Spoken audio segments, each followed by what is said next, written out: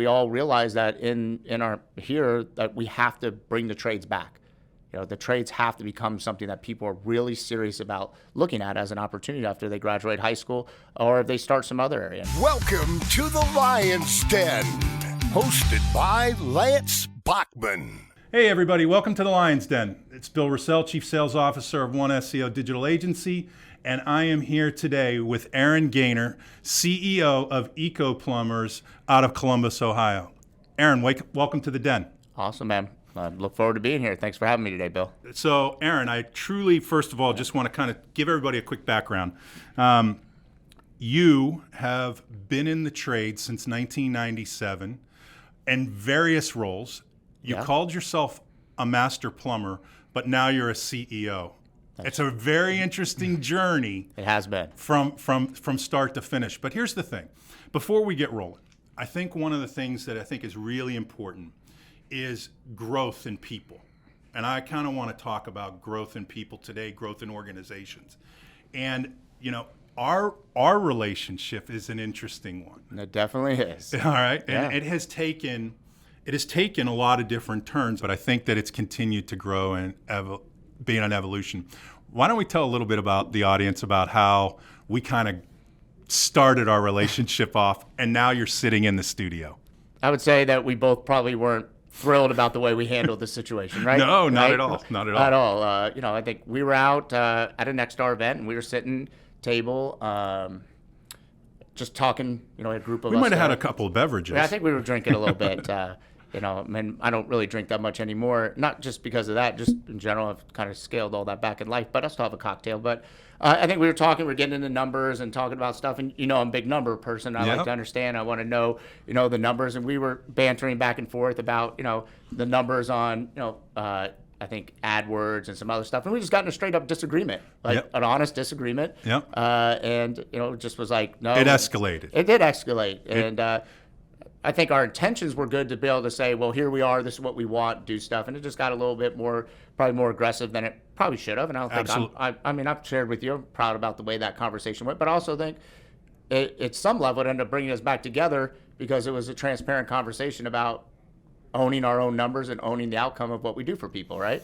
And I had a Nexstar member there. I don't want to mention her name at the moment unless you feel comfortable. I'll let you do that. And I was just really trying to help them understand some of their numbers, as you mentioned before, being transparent with numbers. And I think from there, we were able to reconnect at an event, just saw each other, shook hands a couple of times. She was sitting right next to you. Yeah. And I think we started talking a little bit, and I think we both just said, this is an opportunity to grow. Like, we both probably didn't handle each other right, conversation right. And from there, you've reached out to me, I've texted with you, we've talked, and we built more of a relationship. So I think it was one of those things is like a disagreement, whether how it might have been handled or not, can bring you together if good conflict actually means something, right? And it's an opportunity to learn. And I think that's my takeaway from it. It's an opportunity for me to learn on how I handled a situation with somebody, whether I agreed or disagreed with you or not. And then how do you remend a relationship that probably would have been pretty damn broken, to be honest, Bill, right? Like, because it wasn't pretty. That was for sure. And at the end of the day, that fear, that absence of trust and that fear of conflict, like Lencioni says, was so there at that moment. Yeah. But to be able to circle back, I think says a lot about where we probably both have gone. Agree with that. And that's why I was so appreciative of the opportunity for us to reconnect and be able to talk about business and where you're going and the great things that have happened. And coming into our shop and seeing, I think you probably were a little surprised to see our shop as well. I was. This is amazing, by the way. I'm very impressed. It's a great organization. You have great people we got a chance to meet. And Bill, I will say this to you is like, I've already said it, the way I handled myself that night with you in the disagreement. I apologize. I appreciate the conversations we've had now, and I look forward to it because I think having somebody be able to say something real to you, regardless of the situation, helps everybody in return. And I want somebody to be transparent with me too sometimes, right? So, not sometimes, always. And so thanks, man. This has been awesome. It's been great to get to know you differently because obviously I had a different impression of who you were versus than you probably did of me. Now we know who we really are. Listen, and as I said to you before, and I'll just reiterate it, saying you're sorry and apologizing for the way you handled it is much more difficult than not doing it at all. I never thought 4 years ago that this day would happen. But I just want to tell you thank you very much for taking the time to help understand how people can grow and they can change and they can be different. And so I want to thank you for coming in today. I appreciate the opportunity. I think. So before we get into Eco Plumbers and your whole career, I always start off with rapid fire questions. All right. All right. Do it. So you're on a deserted island. Uh-huh. You get one movie and one album. What are they going to be? So great question, because I thought about, people ask this question before. It's like, well, if you're on an island, you might want different videos, right? Because you're by yourself.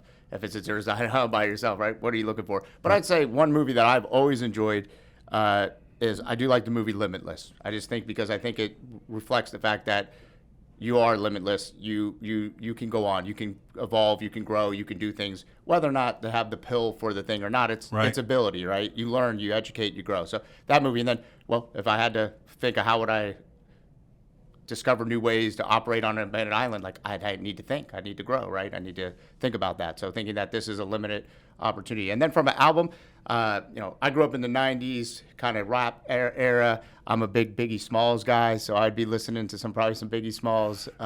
Juicy's my song. Next one, if you didn't get into the plumbing field and you weren't in where you are today, what might you have you done? So I always wanted to be a sports agent when I was a kid. Was it Jerry Maguire that influenced I mean, you? I don't know. Jerry Maguire's somewhere. I don't remember the time frame of that, but I always thought it'd be really cool. Like I love sports. Then I tried to play many different sports, but I thought the negotiating, the deals, the working to try to figure out that stuff would have been a cool industry to get into. So that was something I always was interested in as a child. Bourbon, neat, or rocks? Rocks. Rocks. Okay. Aside from the necessities, water, food, what's the one thing you can't have without a day with?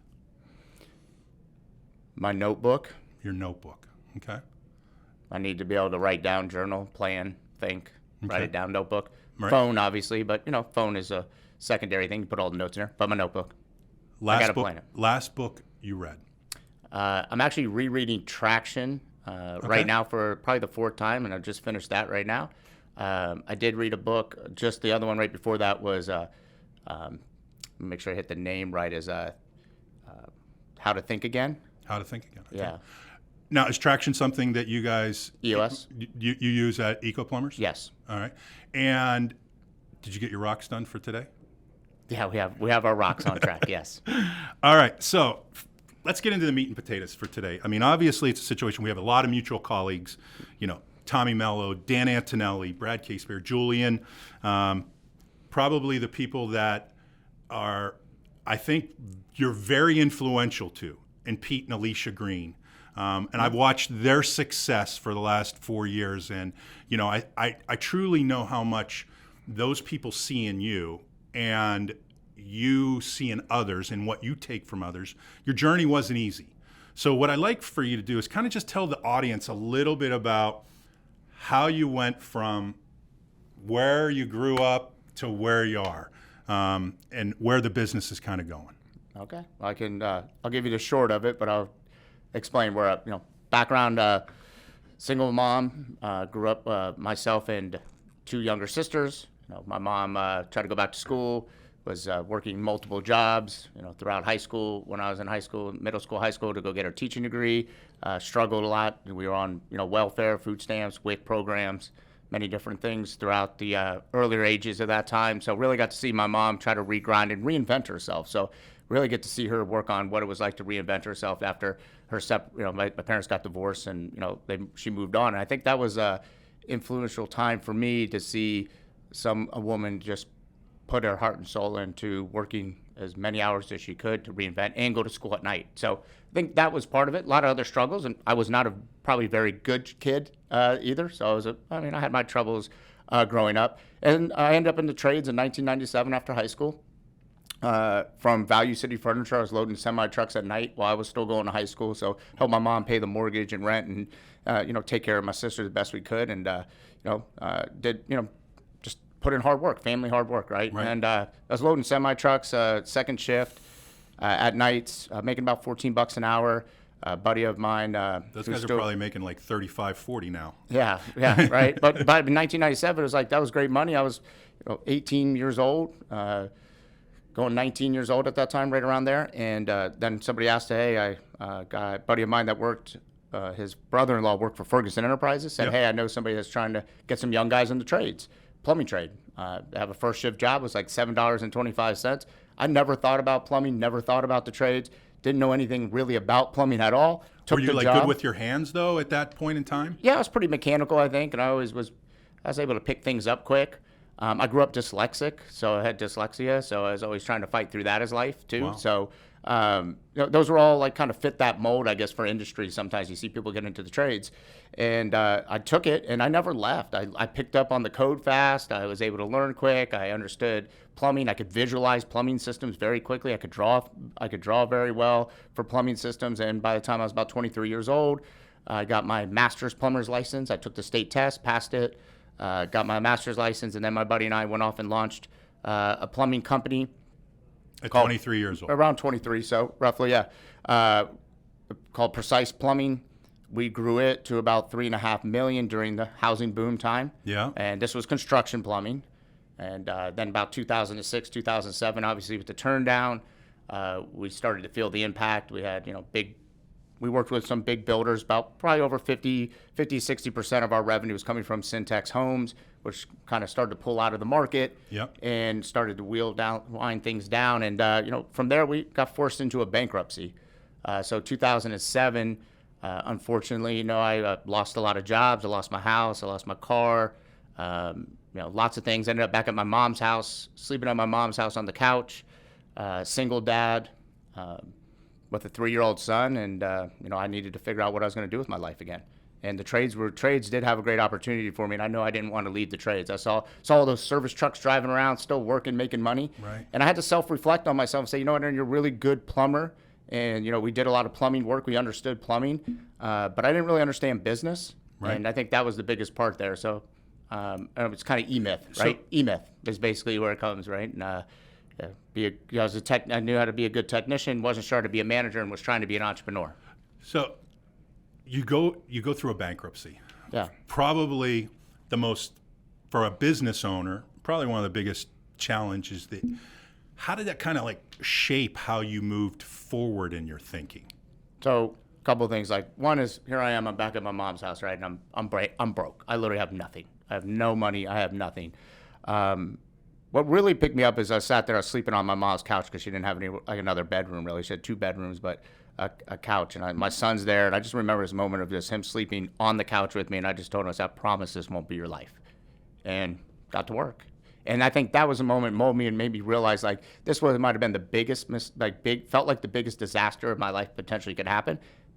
At the end of the day, it ended up being one of probably the best things that ever happened to me because it made me reinvent myself again, right? Rethink, reinvent, look for new opportunity. And it made me realize things that I never thought about before, right? And it was unfortunate that, bankruptcy happened and I had to be a part of that and lose jobs and, have some money situations that we had to square up and, some tax stuff that still had to get paid. And I figured it all out. I got it all solved, took care of it, and got to work. So it made me really, really reinvent and refocus my attention on what I need to do. And what I really need to do is self-educate. I needed to be all about self-education, and that's where I went. I can see how much that situation of your child, I can see it in your eyes, like that protection factor of what we need to do as a parent and necessity takes over. And you might not have that solution that day, but that solution is there, and it can be made up in hard work and effort all day long. How did it change you educating yourself after that? I'm a great technician, not a great manager, and definitely not a good businessman. Yeah, absolutely. How did that change the way you educated yourself? Well, I really sat down and said, well, what do I need to do? And I started listening to books and reading books. It wasn't my thing, obviously. As I mentioned, I grew up, with some dyslexia and had some other problems like that area. Wasn't always interested. I was interested in learning in general, but wasn't focused in the areas that I probably really needed to learn. I read the book E-Myth, which, somehow I stumbled across it. I have no idea how. Sometimes I guess the universe or God just places things in places that you just sometimes find, right? Because you're looking for it. Right. So I read that book, and that book really started spinning made me start thinking. I started picking up other ones. And then I really read the book Think and Grow Rich, and that one changed everything. Think and Grow Rich. By Napoleon Hill. Okay. That book changed everything for me. And from that moment on, I was like, I really became a changed person. I had a lot of different ways to look at life and think about it. And that one really changed the way that I thought about the future in my life. But to answer your other question is I just started looking online, reading stuff. I found an organization out of Australia that was called Green Plumbers. Okay. And they had droughts in Australia during this time, 2007, 2008. It actually restarted the company as Phoenix Plumbing, so it wasn't initially actual Eco Plumbers. Okay. Phoenix Plumbing, go figure, right? The rebirth. So, Right. And started looking around and trying to find something because I was like, what's unique? What could I learn new in this space that would be different? Like instead of just doing the same plumbing. I knew I didn't want to stay in construction, even though I had to go back to that to start to get myself to service. But so I found that they came over in 2008-9. They put on some courses here. I did a bunch of water conservation, energy saving stuff, all this stuff, and learned about solar systems. And that's where I kind of got the Eco Plumber name came from. And I was doing that stuff, water, and learned a lot about tankless and started putting that to work. Obviously, a lot of those things today are pretty standard. So when you say Eco Plumbers, like, well, in the early 2000s or mid 2000s, water sense wasn't required, right? Tankless water heaters weren't as progressive as they are today. All those other things just weren't there. So that was really what I looked for and started thinking, how can I reinvent myself and create a new way for people to look at plumbers? If you like this content and you're trying to grow your business, follow me at Lance Bachman and Lance Bachman Digital on Facebook. LFG, time to grow. Yeah, it's. I think that when you look at those two books, they've obviously influenced the way that you're making your process and business decisions. Which one do you think has had the bigger impact? Think and Grow Rich. Think and Grow Rich. Okay. Yeah, I mean, E-Myth is a great book, and it No tells doubt. you a lot about stuff. But Think and Grow Rich is not what people think it is. It's not just about being rich; it's about being rich in life, right? All across it. It hits so many layers of how to live your life and think about your life. For me, it was like I didn't have anybody teaching me or telling me these things growing up. I was just grinding and hustling and trying to work and have a lot of grit, but I didn't get to see all this other part of the world, and it really opened up for me. So you joined Nexstar. Yeah. Okay, 2014. Am I correct? Yeah, about 8 years ago. Yeah. Okay. How did that decision impact the growth and scale of Eco Plumbers? So a couple of one, first we joined Service Titan right before that. So Okay. I met, I think You are a go data back- freak. Let's put it out Yeah. there. You love the Yeah, data. I do love data, and so got into Service Titan right before that. Met Ara really, and Vahe and them they were just kind of getting started. I think their office was pretty small, just very small little Right. office in a strip building. So that seems like forever ago for Service Titan world. So I met them, got on Service Titan, got going. From there, went over to Nexstar, and then met Nexstar, where I kind of met my family. Nexstar Brotherhoods. That's just been amazing. Nexstar was a game changer for me. I went to the Philadelphia event. I haven't actually been back to Philly since that Right. first event till today. Okay. And that changed everything. It just did. It opened up a whole nother world of what was out there, the network of people, how open people were sharing. And I remember hanging out and just having some drinks, at the event and talking to people, and just people were just like, my business, this and that, just was like, wow, this is just amazing to be spending time with all these smart people talking about their business and being very open about it, right, too. So that was it, and I went back. Mike was with us, our CFO, who's here today with us too, but we went back and I just said, look, we're graduating high school, we're going to college. Nexstar's college for us. Right. And we got to work. We signed up and got to work with Nexstar, and fortunate enough to have Jim Hamilton, who I consider a great mentor and just an amazing home service coach. Was great. I got a chance to get to know Julian along that journey, and then Yeah. Jack Tester became a mentor to me, and Jack's been just amazing to me also. It's interesting is that obviously Jack had, he's made his retirement and Yeah. he's gone into consulting and coaching and doing the thing which he loves and talking to people about their business and leadership and Leadership, all that. yeah. Okay. I look at the vision that Julian kind of has as far as he doesn't want to have 1,500, 2,000 members. He wants to have members that are engaged with Nexstar. You have one of the highest engagement rates across the entire platform as far as, I think it's like 85, 86% engagement. Yeah, how'd you know that? Do my research. I have contacts. Nice. But I think that's important about what you believe in the growth of your teams. Yeah. That's a great point you just put there. I think it's not just how much I believe in Nexstar. I believe in educating, because self-education and educating has been such a key in the success of my personal growth in life, that we want to invest into the people that work for us. When we talk and look about some of the challenges that have happened over the last 2 years, obviously, the pandemic has put a tremendous amount of positive and negative strain on the trades. It's put positive in that it became an essential business. It wasn't an essential business before March of 2020. The demand has gone up as far as where people are and what they need. I know my toilet broke 3 times inside the first, because it was getting taxed more than ever. Yeah. Hot water heaters running more than ever. But it provided information and insight to how the business can grow. Where do you kind of see as the next understanding and evolution of where the trades are going and the challenges that it faces? No, I mean, when you kind of open up a Pandora box question, there are so many different directions they can go, right? Well, that was the point. Yeah, I mean, you can look at the trades going different ways. Consolidation's obviously back. It was in the 90s with Blue Dot, and it seems to be back now for many reasons. One is pandemic proof. We've seen it be economy proof, right? How long do you think that lasts? I mean, you're talking multiples, 10, 12, 14x, that are out there. Do you think it lasts 3, 5 years? Where do you see it? I think we definitely have another 24 months to maybe longer. That and it'll probably stay going as long as you're building a great business and you're building good EBITDA. That'll grow. And I think consolidation, I don't know. I would say we have a good 2 plus 3, 4 years of opportunity still out there, depending on what you're doing, especially as I think of the fact that inventory for consolidation might get smaller, right? And so there's less people to inventory until the big groups kind of become one more group. So I'd say at some point, like maybe some of the bigger groups become one group.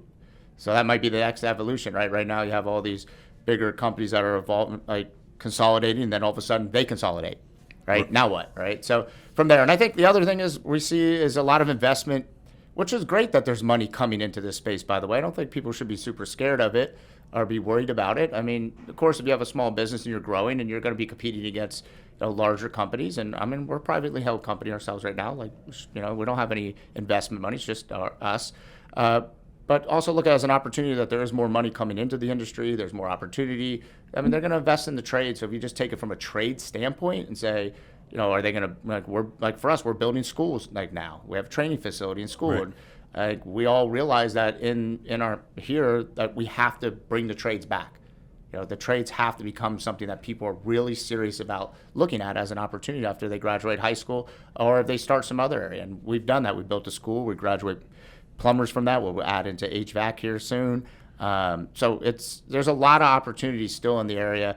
I do think that you might start to see some of the entrepreneurial part of plumbers creating businesses might become less, right? Because the competition will be harder as the names get bigger and the industry becomes larger in areas and the marketing dollars are more money. Yeah. It might get a little more challenging to start from scratch and build a business, but there's always entrepreneurs in every place that find ways, right, to work through and do stuff. If I had to say, that would be one thing I might see could start to become a little bit more challenging is a plumber creating larger companies. As I've been fortunate to do in many other as the industry becomes more consolidated and there's more money being spent marketing. I could see that probably being one of the biggest challenges in the market. I think that one of the things, and this is an opinion, I'm not in the trades, but I work with the trades, is that I don't think people truly understand what you can make in the trades. They don't. And that is the perception that has to change, is that there's guys out there that are making $650,000, $700,000 as HVAC sales guys, and that started out as a technician, learned how to do it, or started out as a plumber apprentice and made their way through it. I think that if, the continuing understand. The problem is too is that we don't have a lot of people that want to work really hard in society as much as what they did when in 1997, as far as where it goes. Scaling and growing the company has obviously been a thing that you've done very well. To say that you're going to be north of X amount this particular year, and I think 2 years ago you were doing 14, and you just continue to grow with double-digit 40% growth year over year. I know that you have a BHAG of 100 million. Yeah. Okay. You can't get there because you can't get there without great people. How do you focus on the leadership within your organization? Because I think that's the biggest challenge that people face in growing any organization is it gets bottlenecked. Yeah. That the same 5 people are doing the same jobs unless you have a really good leadership development. Talk a little bit about your leadership development program. So I think this is great. I actually remember talking to Julian about this, the president of Nexstar. And I said, I think we're going to figure out how to get more techs in the fields, right? We're doing that. The schools are creating, we're having more opportunity there. We're bringing more people into the trades. We're creating awareness, and that's happening everywhere. And I think that's all the trades coming together and saying, hey, this is what it is, making people understand that what the income levels are, because they don't know that. We ask people usually how much you think a plumber would make or a service tech or this. They're so far off. They don't have no idea that they could be earning, quickly 60, 70, 80, 90, 100, 120, 140, right, and beyond. We have guys doing that and beyond. Like you said, some people earning, into hundreds of thousands of dollars based upon their sales roles. So that's working and starting to work, right? And that's definitely the key. If you don't have enough techs, you don't have trucks, techs, and leads, right? You don't have anything, no matter how much leadership you have. But the next thing is like, well, how do you grow leaders in the company, right? So what is that next evolution? Because I think of management and leadership as its own trade line, right? So yeah, we have trade people that do trade work, and they're technicians. So it's like similar to E-Myth, right? So that's where my mindset goes, is techs and then managers, which entrepreneur to me would be leader, right? In many ways is, well, how do you build a program? And you have to really sit down and ask yourself, so what does it look like? What are we doing there? And how can we build that? And I think a lot of it comes down to really clear expectations of the future. Emotional intelligence spends a lot of time in that, right? Coaching and training emotional intelligence, especially if you're bringing people up the ladder that haven't really had to think about the world this way. Understanding is totally different to manage people than it is to manage the equipment you're fixing. Right. So coaching people in that area. And then really getting, another thing you see too is like getting people from outside the space to realize the opportunity in leadership and management in the trades. And that's another whole, right? So first let's get people to get into trades from a technician, but also getting people to think, well, maybe I work over here at Limited Brands. Why would I come work for a home service company?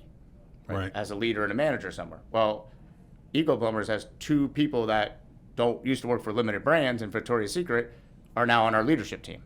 So you're getting people to understand the opportunity. Mike, our CFO partner, is from Limited Brands. Our CTO came over from Limited Brands and Victoria's Secret. So it's like you can still find these people too, but they have to understand the value of this trade also, not just technicians, but management and leadership.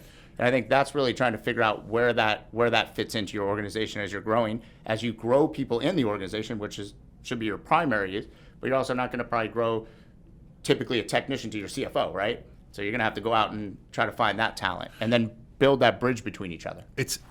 I don't think truly a lot of people understand, and we in it, we call it the trades, but it's a 25, 30, $40 million business. Yeah, absolutely. There's a if you said that this guy over an XYZ is a $40 million business, well, he's not a plumbing company, he's a $40 million business. You're in that business mode now, and that's a scenario where you don't get to where you are and where your company's going without being laser focused on a goal, right? Yeah. How do you create that same sense of, and I don't want to overstep the word of culture, but vision? Like, how do you at Eco Plumbers be able to pass that vision to say, here's where we're going. Get on the bus. If you're standing still, you're not helping us move the company forward. How do you get people to understand that? So I think it ties back to the 2 previous conversations we were having too with technicians and managers, right? Is, well, why would anybody join this company in general? right? So it's like, yeah, we're going to go hunt and look for that and do that stuff. Well, why would somebody leave this organization that's $1 billion or a couple $100 million, wherever, to come work for this other company that's 30 or 40 million, right? Well, it's vision. Why would this technician do a career change to come into this trade? Besides maybe income, it's vision, because we lay out you lay out the vision of your company to everyone. There's no secret. It's not hidden. It's on the walls in our building. We clearly call out our 10-year plan, our 3-year plan, and our 1-year plan. Back to traction. Back to traction, right? And this is the thing. It's like executing. You just got to do these things. You just have. If you don't have a vision, how can anybody help you? And if you have a vision and you don't tell anybody, how definitely no one can help you, right? So we're very clear of like, here's where we want to go. This is our plan. This is our 10-year. 100 million's been my number. I don't know. Just one day it came to me in my truck when I was driving around doing service calls. It was just my sister and Ron, my service manager, and we were kind of like, I was like, I don't know. I feel like that's a number to me. Just something told me it was the right number. And after I read Think and Grow Rich, and so it's like, that's my vision. So I put it out there. I started saying it, and then if I'm going to say it, I got to build a plan to it, right? And then just started dialing that in. And every year we build 1-year plans now, and 3-year to 10. It just keeps extending, right? So everybody constantly knows that this organization is going here and we're investing in this to do these things. And now I know how I can help play, right? Now I know what the overall company looks like going forward. What's the revenue? How many people? What are we going to do? We're going to build a school. We're going to build satellite locations. We're going to do all these things. And we tell them, what we're looking to do and why we're going to do it. And now we just started something even more cool. It was like, now each department is now building their own 1- and 3-year plans. So now it's like, here's the whole company. Great. Now, how do you fit into that? Now, you have a $13.5 million service only department, not include like just service calls. Right. Right. And it's like, well, we used to build a 1-year plan for a $13 million business. That is a business. It's its own business. They need their own 1-year plan. We got our excavation divisions, our drain divisions, HVAC we started this year, like install divisions. So we're really doing that. We also have it in our marketing has 1 year. So everybody started to get 1-year plans. So now they're getting really excited about building their own vision inside the vision to help us win. So it just keeps layering itself. It just keeps layering itself over and over as you grow. And as that happens, people can stay engaged, be part of it, and really, really feel that they're contributing, because they are. Like, the company doesn't go anywhere without the people, right? Yeah, you can only, like, I tell the teams that I work with here at One SEO that I can only touch so many people. Absolutely. You get to touch so many more, and then that person gets to touch so many more. And I truly believe when we do the right things, when we execute, and I think any business that executes on delivering a high quality experience, that you're going to help change a business's career. Reviews are important to you. Reviews are important to you. Tell a little bit about how you utilize the reviews as far as being able to send a message from a marketing standpoint, brand standpoint, overall standpoint.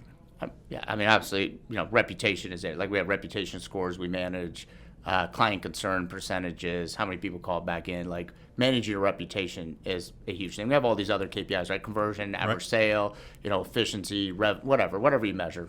Most of those key metrics, calls ran. At the end of the day, it's like, are you delivering a great service? Are your customers happy? Are you getting X amount of reviews, the percentage of calls run? Are you having client concern back issues, which we would consider call back in for other issues outside of recalls? So, reputation, it's a must now. We don't pay technicians for reviews. That's your job, to deliver high level service. Our number one core value is, without helping people, you don't exist. So you don't fit in here if you're not willing to help people. So we don't reward them financially for reviews, because that is your job, to go out and deliver a high level of service. We reward you because the outcome of what happens from delivering a high level of service. So we don't pay people for reviews. We recognize people have done great reviews. We read their reviews every week. Our team sends out emails about great reviews and responses, and culturally keep it going. But they know that that's a driver. And at this day and age, if that's not a cultural thing and you have to pay for it, you're behind. Interesting. It's interesting when you kind of look at your business, and I just heard you talking about service as a department. I recently heard you say that you talked about the business as an overall whole. You have a marketing business, you have a supply business, you have an execution business. Can you talk to the audience a little bit about what your thoughts are on having those different entities, and which one do you like the most?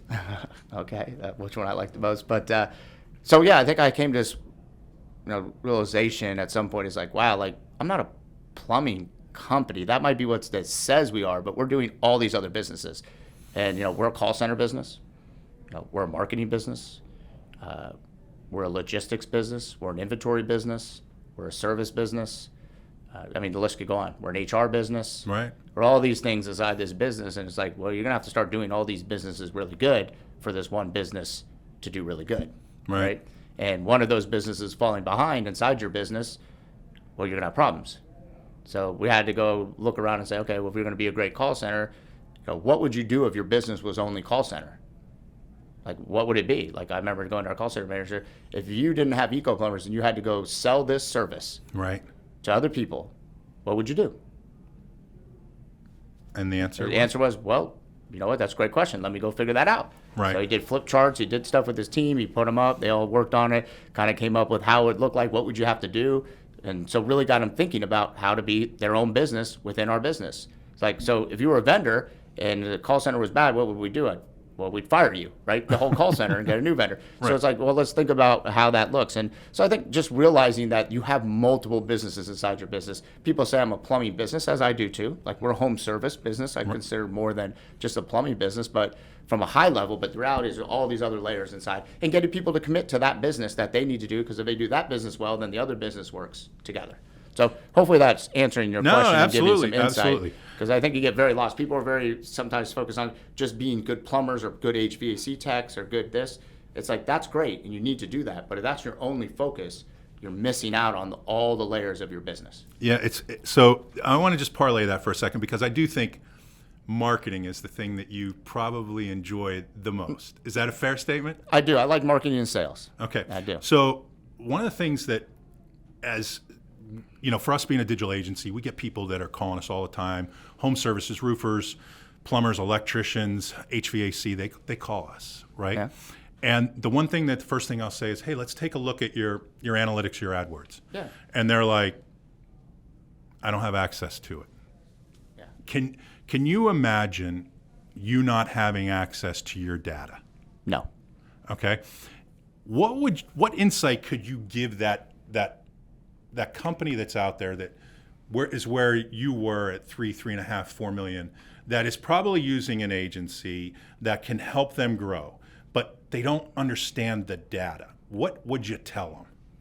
So one thing is, first off, go learn yourself too, right? Right. Of course, you should work with a company that's willing to spend time and educate with you and teach you stuff, but they're only going to teach you as much as they know, or sometimes as much as benefits them. So it just depends, right? So you got to go out and get educated on the data. So if you're going to really be involved and you're going to grow a business and spend X amount of dollars on AdWords and work with them, you should know enough about that to have an educated conversation, not just sitting there blindly. And definitely should be working with a company that will be transparent about the data. You should have access to all the analytical reports. You should be able to see target CPA. You should be able to see everything every day, any minute available to you. And that should be something that you have access to. And then if you have it, now you can study it, right? If it's not available to you, then what are you looking at besides somebody giving you something in their template that doesn't give you access? Now, you do actually have access to your own Google information. That's your right as a business. You have that, so Right. You should be able to look at it. And whether or not they're telling you how to look at it or what to look at, but I mean, you have to. You got to know. You got to look at it. But you take that approach to every section of your business. Absolutely. You got to have data. The data is important. It's a big piece of it. I mean, there's intuition, there's people, but the data is the measurable, right? At the end of the day, it's like, is it working or not? And if we're spending this much money on, target leads or this category, we need to know that there's an outcome to that. We often have a saying around here that when we have somebody come to see us, is it, the data doesn't lie, people lie about the data. And so to your point, it's a situation where you have to be educated as somebody that's out in the space to really truly understand what's going on with your business. And when they tell me they don't know, I'm like, have you never been looked at your QuickBooks? Would you know where your checking account is? That's the checking account to your marketing that goes down. Yeah. First and foremost, I want to kind of wrap things up. I know that we have a pretty tight time schedule of things that are going on, but we have a thing here in the den called the final roar. Okay. And here's what I'd like for you to be able to give as your final roar is that in the audience, somewhere out there, is Aaron as a 23-year-old business owner that just had a bad beat. What would be your advice to them? So I'd like to start it this way, if you don't mind, Bill. I No. think advice is great, and you have to learn your own lumps and go through things. But I remember hearing this a long time ago, and I use this a lot in our own company too. And other things is John F. Kennedy asked Dr. Von Braun, the head of the space program at the time, what would it take to send a man to the moon and bring him back safely? And he only used these 5 words: the will to do it. Right? Do you have enough will to accomplish what you want to do? Like, at the end of the day, you'll figure it out if you really want to. If you really want to grow a $100 million, $1 billion business, and you have enough will to do it every day, you'll do it. But if you question your own will and your own grit and your own ability to learn and overcome and challenges, then you won't. But you just have to look at yourself in the mirror and say, I own this, and I'm going to do it. And I think it comes down to really just the will. You just have to have the will to do it. So if you think about it, I think about these 3 things a lot: is knowledge, strategy, and execution. And when you're out there thinking to grow your business, do stuff, it's like, first thing you heard my story, I had to get knowledge. I realized I fell short. I didn't have enough knowledge. I didn't know enough. I had a strategy before. It wasn't great, obviously, because look what happened. I ended up bankruptcy, right? And I sure wasn't executing on something that was in a great place. So when I go back around, I just think you got to get the knowledge. You got to create a strong strategy.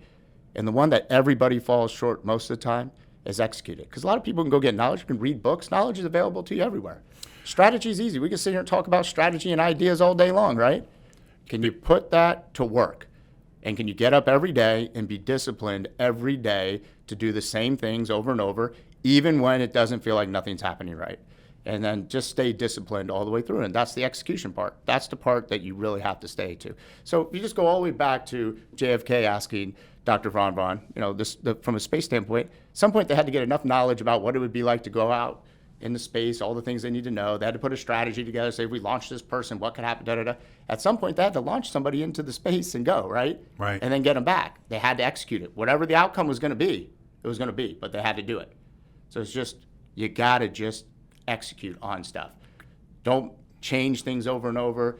Don't come every day and be somebody different. Stay focused, stay disciplined, and execute on it. So I guess that's what I would say to somebody right now is just realize it's going to take some time, but it does get faster than you realize at time when you actually are just staying in the right wheelhouse. Listen, hopefully that answers your question. Absolutely, it does. The one last thing is that I know that you're big into sharing knowledge. If somebody wanted to reach out to you, where would they find Aaron Gaynor? That Aaron at ecoplumbers.com. That's my email. Thank you. Aaron at ecoplumbers.com. Send me an email. I'd love to get back to you and chat with any questions you have, anything I can do to help somebody else out, because many, many, many great people have helped me. All right, Aaron, I want to thank you so much for being on the Den today. I really, truly appreciate it, and I look forward to hearing the continued success for Eco Plumbers. Awesome, Bill. Thanks for having me, man. Appreciate it. Wrap it up, Tito.